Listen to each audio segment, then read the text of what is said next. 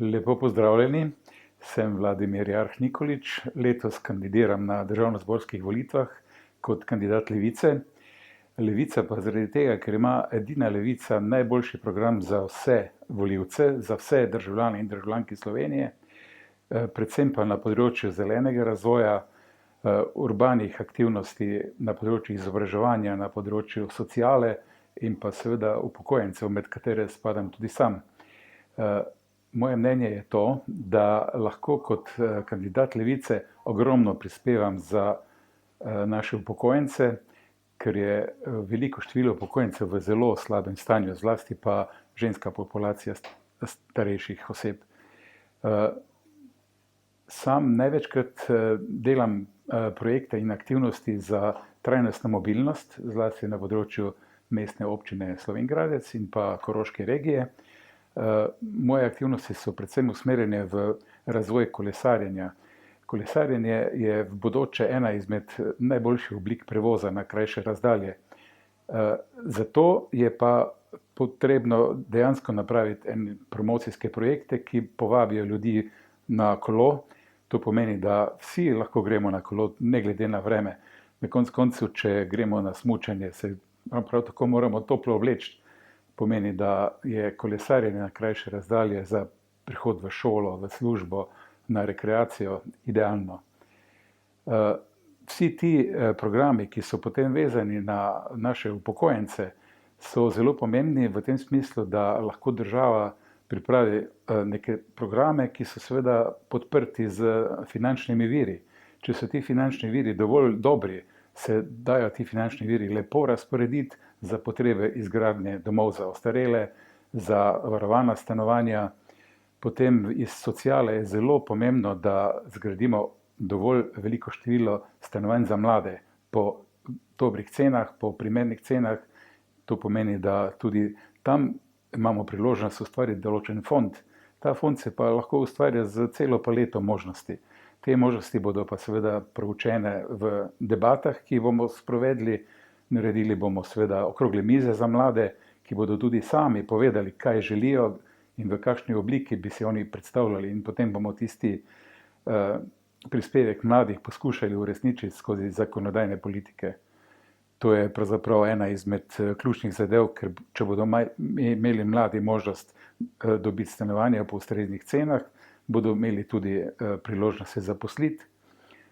Zaposlitvene možnosti so pa vsekakor odvisne dandanes od možnosti gospodarstva. Gospodarstvo je danes pravzaprav na veliki preizkušnji. Ta preizkušnja je ravno največ problemov ji prinaša vojna v Ukrajini, ker ne vemo v trenutni situaciji, kako se bo vse skupaj obrnilo. Sami veste, da je Ukrajina žitnica Evrope. Če bomo imeli dovolj surovin, torej od kmetijskih izdelkov, ki so zelo pomembni za prehrano prebivalstva, do politike kmetijstva, pomeni, da se bomo morali ne samo na slovenskem nivoju, ampak tudi na evropskem nivoju zelo dobro dogovoriti o tem, kako bomo ustvarili dobre možnosti za razvoj družbe kot celote.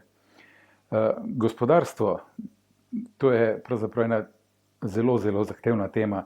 Danes vidimo, da so gospodarstveniki zaskrbljeni zaradi dobavnih verig, od proizvodne hrane do elektronskih čipov, do železa, do ostalih surovin, ki jih potrebujemo. Mi srčno upamo, da ne bo prišlo do zastoja pri gradnji javne infrastrukture, saj bo le ta javna infrastruktura ključna za razvoj družbe. Neke stvari so pa zelo pomembne tudi pri samem izobraževanju.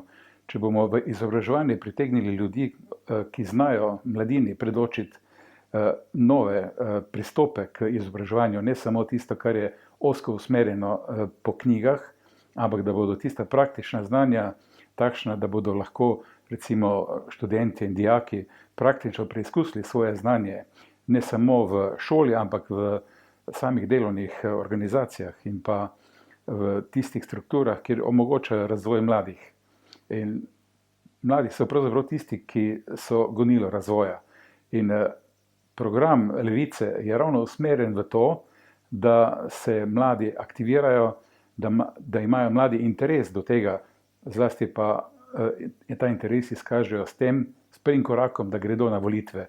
Torej vsi mladi od 18. leta dalje na volitve. Mogoče bomo v prihodnosti ta nivo od 18. leta spravili na 16. leto starosti, ker so ti mladostniki danes čisto drugačni, kot smo bili včasih. In tudi glede na to, če bodo 16-letniki lahko slejko prej volili, bomo naši družbi prispevali marsikaj. Upam, da boste vsi, ki ste prebrali naše letake, uspeli ugotoviti, da lahko volite za Levico. Hvala lepa vsem, ki boste dali glas za Levico.